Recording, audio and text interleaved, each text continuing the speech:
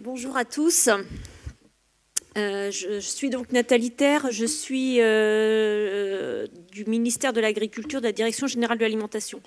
On m'a demandé d'intervenir ici à la place de Madame Soubeyran, qui est la chef du projet Ecophyto à la Direction générale de l'alimentation, pour vous faire une présentation plutôt de l'aspect réglementaire des produits phytopharmaceutiques, et puis vous tenir informé des évolutions à venir, d'une part réglementaires et d'autre part dans le cadre d'Ecophyto justement. Donc comme j'ai 20 minutes et beaucoup de diapos, je vais essayer d'être assez rapide. L'idée est vraiment de vous présenter en fait plutôt les politiques publiques et la réglementation sur le sujet des produits phytosanitaires en lien avec la santé des travailleurs. Donc voilà les 3 points que j'aborderai dans mon exposé. Le processus d'autorisation, j'espère que vous m'entendez bien. Vous m'entendez bien? Oui. Les processus d'autorisation, les évolutions donc introduites par la loi d'avenir pour l'agriculture, l'alimentation et la forêt, donc du celle qui a été évidemment promue le 13 octobre 2014. Et voilà, c'est bien ça me semblait. Je vais essayer. C'est bon là? Il faut que je reste vraiment devant le micro. Voilà, c'est ça. J'ai pas le bras assez long pour faire passer les. Et le dernier point, donc, ce sera l'évolution du plan Ecophyto dans sa deuxième version. Alors, le cadre réglementaire des produits phytopharmaceutiques. Je ne vais pas être trop rentrée dans le détail, mais au niveau communautaire, on parle d'un ensemble de réglementations, de règlements qu'on appelle le paquet pesticides. Qui sont, j'en ai nommé 3 ici, un qui est spécifique sur la limite maximale de résidus et qui organise en fait les dangers et les impacts que pourraient avoir les produits phytopharmaceutiques dans l'alimentation. Le règlement 1107/2009, celui qui organise totalement en fait l'évaluation et la mise sur le marché des produits phytosanitaires au niveau communautaire et au niveau aussi de chaque État membre. C'est celui sur lequel je... Ah, super, si j'ai une... Bon, ça sera mieux. Merci. Et la directive 2928 qui traite donc de l'utilisation durable des pesticides et qui est en fait l'origine de ce que nous, on décline en France par le fameux plan Ecophyto de réduction et d'amélioration de l'usage des produits phytopharmaceutiques. Donc ça, c'est le cadre européen. Et puis au niveau national, bien sûr, on a le code rural et la pêche maritime qui a tout un volet sur les produits phytopharmaceutiques et qui est en cours d'évolution du fait donc de la loi d'avenir qui a été adoptée en octobre 2014. Alors un petit rappel sur la définition des produits phytopharmaceutiques. Sachant que c'est une réglementation communautaire qui est inscrite dans le règlement 1107/2009 et donc qui s'impose à tous les États membres de la communauté européenne.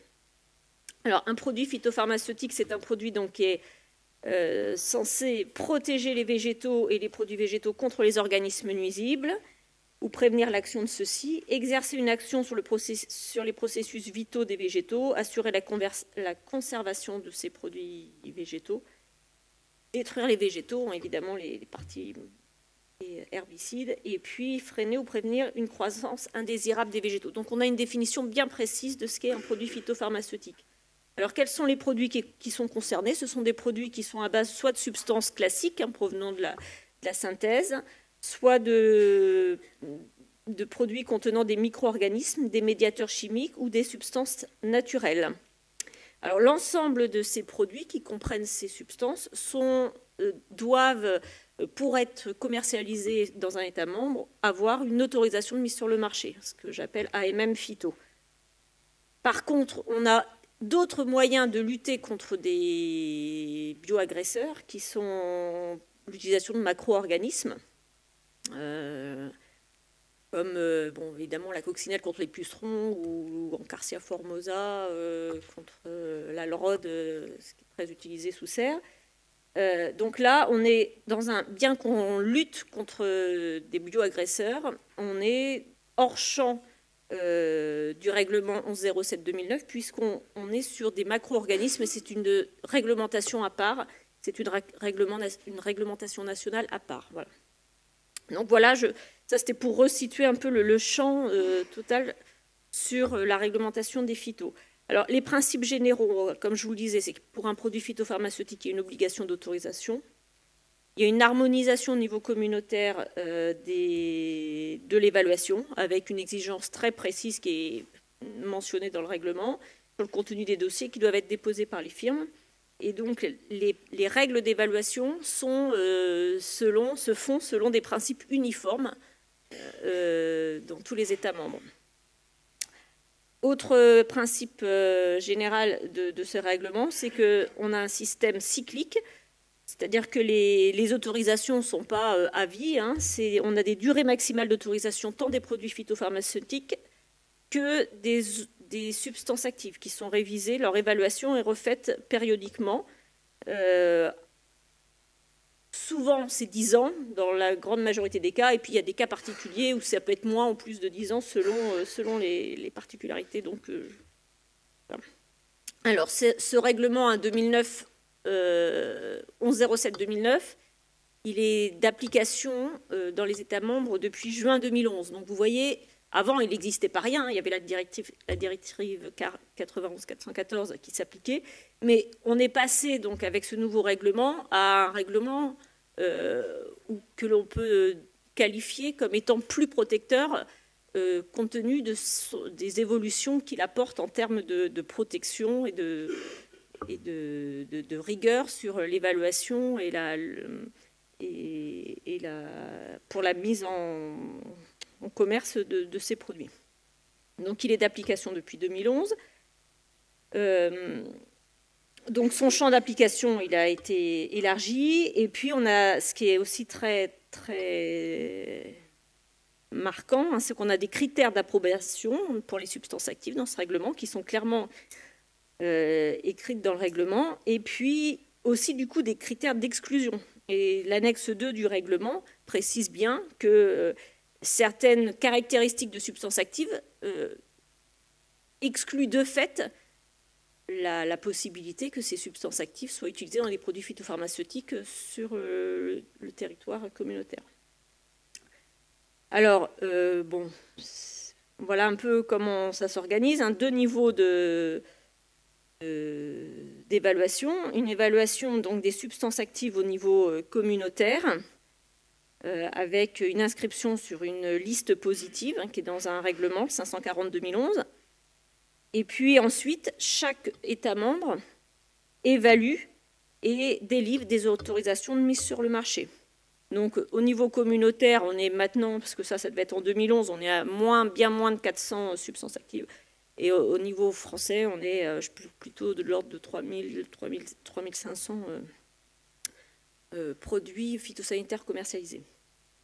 Alors, l'évaluation, elle se fait de façon, on appelle ça l'évaluation zonale, c'est-à-dire que l'Europe est découpée en 3 zones. La France est dans la zone sud et les évaluations des substances actives se fait par zone. Voilà. Et l'État français, avec son agence d'évaluation qui est l'ANSES, traite une grande partie en fait des évaluations des substances actives pour la partie zone sud. Alors, dans ce règlement, on a plusieurs types de substances qui sont précisées. On a des substances de base, des substances à faible risque, des substances, on va dire, classiques, et puis des substances candidates à la substitution. Alors, pourquoi j'évoque ça? C'est parce que dans l'organisation même de ce règlement, on a prévu en fait des différenciations selon les caractéristiques donc, de ces substances actives et notamment en fonction de leur dangerosité. Alors, les substances de base, ce sont des substances qui sont non préoccupantes, qui sont par exemple, qui peuvent être des denrées alimentaires qui peuvent avoir des effets, des allégations phytosanitaires, comme par exemple le vinaigre, qui est une substance de base, qui peut donc être utilisée dans dans la composition de certains produits phytopharmaceutiques. Donc on a dans ces cas-là, hein, si une substance est caractérisée comme une substance de base au niveau communautaire, on a des procédures d'approbation qui sont simplifiées, et puis une approbation non pas de 10 ans mais illimitée, hein, et donc ça rend les processus en fait d'autorisation de ces produits à base de ces substances plus faciles. Alors, les substances à faible risque, c'est une autre catégorie qui est prévue dans le règlement. Ce sont des substances qui sont non classées, non persistantes, ayant des faibles bioconcentrations, sans effet perturbateur endocrinien, bien sûr, et dont les procédures d'approbation, elles font donc l'objet d'une procédure d'approbation complète, mais leur approbation n'est plus pour 10 ans, mais 15 ans, puisqu'on est sur des substances à faible risque. Donc, pour le moment, il n'y en a pas encore d'approuvées au niveau communautaire, mais le règlement le prévoit. Et puis, on a des substances qui sont candidates à la substitution. Alors, qu'est-ce que ça veut dire? Ça veut dire que ce sont des substances pour lesquelles, qui sont donc listées. Hein, la liste vient juste d'être publiée par la Commission européenne. Hein, elle reprend 77 substances qui vont faire l'objet en fait, d'une évaluation comparative dans chaque État membre. C'est-à-dire que dès lors qu'un nouveau produit fera l'objet d'une demande d'autorisation dans un État en France, par exemple, si ce produit est composé d'une de ces substances actives qui figurent sur cette liste des substances candidates à la substitution, à ce moment-là, on devra s'assurer qu'il n'existe aucun autre produit sur le territoire qui, pour la même efficacité, les mêmes effets, s'il existe un autre produit pour les mêmes effets, même efficacité, etc., mais qui a des conséquences moindres en termes d'impact sur l'environnement ou sur la santé, à ce moment-là, le produit ne pourra pas bénéficier d'une autorisation de mise sur le marché. C'est-à-dire qu'on va mettre en place ce qu'on appelle une évaluation comparative, c'est-à-dire qu'on ne mettra pas sur le marché de produits avec ces substances dès lors qu'il existe déjà sur le marché des produits qui ont les mêmes effets et qui sont moins dangereux. Voilà.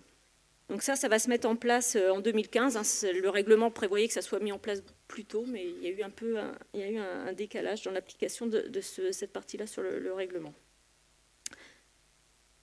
Alors, comme je vous l'ai dit, hein, l'autorisation d'un produit phytosanitaire se fait au niveau de chaque État membre, avec une petite particularité qui est petite, si on peut dire. Depuis 2006, c'est l'Agence de sécurité sanitaire des aliments, l'ANSES, qui évalue les dossiers déposés par les pétitionnaires, qui établit donc un rapport scientifique, un avis scientifique, qu'il le transmet à la Direction générale de l'alimentation au ministère, qui prend en fait la décision d'autoriser ou non un nouveau produit sur le marché. Ça, c'est ce qui se passe jusqu'à aujourd'hui. Et à partir du 1er juillet 2015, l'ANSES produira et l'avis scientifique d'évaluation et délivrera également les autorisations de mise sur le marché des produits phytosanitaires. C'est une modification introduite par la loi d'avenir agricole. Il se mettra donc en place dès 2015. Alors, sur quelles caractéristiques? Pour chaque produit, l'évaluation porte sur chaque produit et chaque usage. Alors, évidemment, sur l'efficacité du produit, sur les risques pour le travailleur, risques pour le consommateur, risques pour l'environnement. On a des procédures adaptées dans certains cas hein, qui sont prévues dans le règlement, mais je ne vais pas vraiment détailler ce point-là. Et puis, bien sûr, on a, donc je vous ai parlé longuement du règlement, mais on a d'autres outils réglementaires qui sont par exemple, j'en ai listé 3 sur ce document, sur cette diapo, donc qui sont par exemple l'article L253.7 du Code rural, qui prévoit qu'un produit, même s'il est autorisé et qu'il est mis en vente sur le territoire, l'autorité administrative peut, dans l'intérêt de la santé publique ou de l'environnement, prendre toute mesure d'interdiction, de restriction ou de prescription particulière concernant la mise sur le marché, la délivrance, l'utilisation et la détention d'un produit. Donc, vous voyez, il y a le règlement communautaire qui donne les règles avec des durées d'évaluation, etc. Mais il y a toujours la possibilité d'intervenir sur un retrait ou une modification d'usage pour un produit phytosanitaire par l'autorité administrative, enfin par le ministère de l'Agriculture. Après, on a comme autre outil réglementaire, on a des arrêtés qui comportent des mesures d'ordre général. C'est l'arrêté de 2006, par exemple, qui va définir, qui va préconiser l'utilisation de bus antidérive ou ce genre de choses. Donc on peut avoir des mesures réglementaires nationales qui organisent, qui prévoient une meilleure utilisation donc, des produits phytosanitaires. Et puis on a tout ce qui contrôle évidemment de l'utilisateur et des distributeurs de produits phytosanitaires, et avec aussi l'aspect contrôle des végétaux pour vérifier le respect des limites maximales de résidus dans les denrées, et puis la recherche de substances interdites. Il te reste 4 minutes. Ok.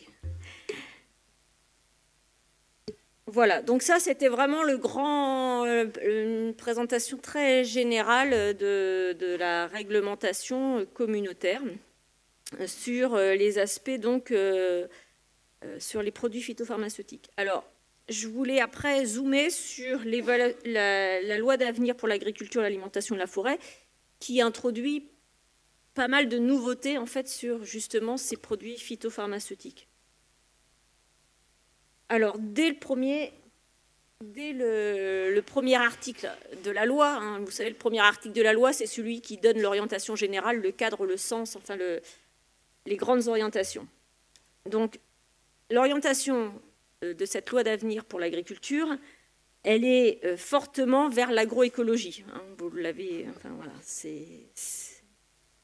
c'est le point, le thème majeur de cette loi, et qui, dès son premier article, parle évidemment de système de production agroécologique, certes, mais dès le premier article, on insiste sur des performances économiques, sociales, environnementales et sanitaires. On parle d'autonomie en fait, des exploitations agricoles.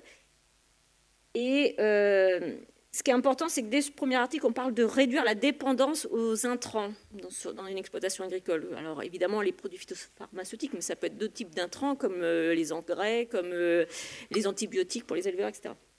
Donc c'est comment on réduit en fait la dépendance à ces intrants pour améliorer la compétitivité des exploitations agricoles. Et dès le premier article, on parle également de la mise en avant de solutions de biocontrôle. Et dès ce premier article, on évoque l'idée d'avoir des évaluations et des autorisations de mise sur le marché pour ces produits qui soient accélérées. Donc je vais revenir un peu sur ce que c'est que ces produits de biocontrôle, puisque la loi d'avenir définit ce que sont les produits de biocontrôle. Alors, si vous cherchez où est-ce qu'on parle de produits phytosanitaires dans la loi d'avenir, ce sont les articles 50 à 54, et il y a des questions de conseil agricole, de lutte intégrée ou protection intégrée des cultures, donc de tout ce qui est biocontrôle, tout ce qui tourne autour de la publicité, l'agrément, le certifito, les certificats d'économie de produits phytosanitaires, je vais vous en dire 2 mots, la mise en place d'un dispositif de phytopharmacovigilance, la traçabilité des produits phytopharmaceutiques, le fameux transfert de la délivrance des AMM, des produits phytopharmaceutiques du ministère de l'Agriculture vers l'ANSES, et des mesures de protection pour les personnes vulnérables, ainsi que des sanctions qui ont été renforcées pour l'utilisation de produits falsifiés. Donc vous voyez que cette loi n'oublie pas de parler de produits phytosanitaires. Alors, sur l'obligation relative à la lutte intégrée à la réduction d'utilisation des produits phytosanitaires, il est clairement dit dans la loi que toute entreprise agréée, que ce soit des fabricants, des grossistes, des utilisateurs, doivent concourir à la réalisation des objectifs du plan éco-phyto, donc par la mise en œuvre de la lutte intégrée. Donc, ça devient une obligation de mettre en place la protection intégrée des cultures, et le conseil agricole doit forcément délivrer un conseil conforme à la protection intégrée des cultures. C'est un concept qui n'est pas nouveau, hein, mais qui est rendu obligatoire par cette loi. Alors, l'obligation du conseil, là également, hein, Pour pouvoir acquérir des produits phytosanitaires, il y a une obligation d'avoir un conseil au moins une fois par an. Sur les produits de biocontrôle, donc la définition, elle est la suivante. Ce sont soit des macro-organismes, soit des produits phytopharmaceutiques comprenant soit des micro-organismes, des médiateurs chimiques ou des substances naturelles. Ces produits de biocontrôle, pour faciliter et promouvoir leur utilisation, la loi les exempts d'agrément, les applicateurs, c'est-à-dire que les utilisateurs de produits de biocontrôle ne sont pas obligés d'avoir un agrément. De la même façon, il y a une exemption à l'interdiction de publicité. Donc là, vous avez une double négation. Donc ça veut dire que, contrairement aux autres produits phytosanitaires, les produits de biocontrôle pourront faire l'objet de publicité. Et comme je l'ai déjà dit, les délais d'évaluation et d'autorisation seront accélérés. Normalement, le temps est échu. Donc, comment on fait? Je sais comment je vais faire. Ah bon.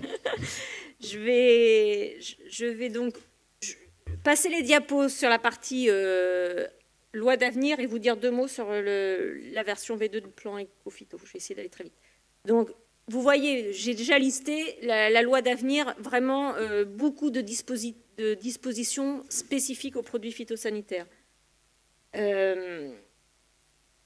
Alors, je peux peut-être...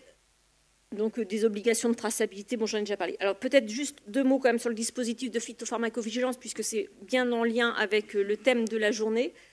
La loi oblige à mettre en place un dispositif qu'on appelle donc de phytopharmacovigilance, qui organise tous les dispositifs de surveillance des effets non intentionnels ou des effets indésirables des produits phytopharmaceutiques, tant sur l'homme, sur les animaux d'élevage, sur l'abeille, les plantes cultivées, la biodiversité, la faune sauvage, l'eau, la qualité de l'air et de l'eau, etc. Donc, je ne vais pas commenter plus ce document, mais ce qu'il faut retenir, c'est qu'on ne faisait pas rien jusqu'à présent. Il y avait évidemment des dispositifs de surveillance des effets non intentionnels des produits phytopharmaceutiques. La loi propose une organisation, un dispositif qui sera mis en place au niveau de l'ANSES avec une coordination de tous ces dispositifs existants, et notamment les dispositifs sur la santé des utilisateurs, comme Phytatitude, des dispositifs de surveillance d'effets chroniques comme Agrican qui ont déjà été énoncés.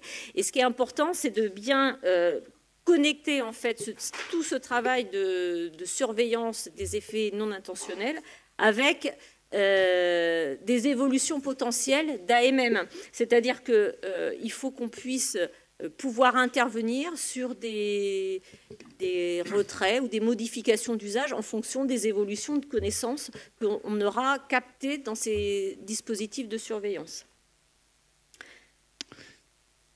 Voilà. Alors, 2 mots sur le plan très court, parce que sinon il n'y aura pas le temps de prendre la moindre question, ce qui serait dommage. Ok. Donc, très court sur le plan Ecophyto. Donc, vous savez, ça a été dit tout à l'heure en introduction, que nous sommes dans une préparation de la version 2 du plan Ecophyto. Alors, le rapport de Dominique Potier, le député, a été remis fin décembre, 23 décembre 2014. Il y a eu donc une annonce faite par le ministre fin janvier sur la mise en place de ce nouveau plan Ecophyto V2 avec 7 grands principes. Alors c'est ça que je voudrais dire, c'est qu'on ne change pas de cap, on maintient le cap d'une réduction quantitative de l'usage des pesticides avec une réduction de moins 25% souhaitée en 2020 et moins 50% en 2025. On renforce l'aspect qualitatif, c'est-à-dire qu'on souhaite avoir une meilleure connaissance des impacts. On inscrit donc ce plan Ecophyto dans le cœur du projet agroécologique. On replace l'entreprise au centre du dispositif. On travaille sur des organisations collectives. Et puis, il y a une volonté de territorialiser davantage ce plan et d'insuffler une culture positive. Alors, les axes, il y en aura 6. Je n'ai pas le temps de développer. Sachez simplement que là, on est en train de préparer la rédaction de ce nouveau V2 à partir du rapport qui a été présenté par Dominique Potier. et on prévoit sa sortie pour juin 2015.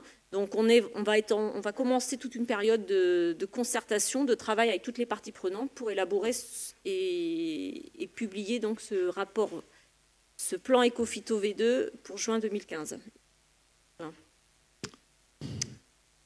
Merci beaucoup.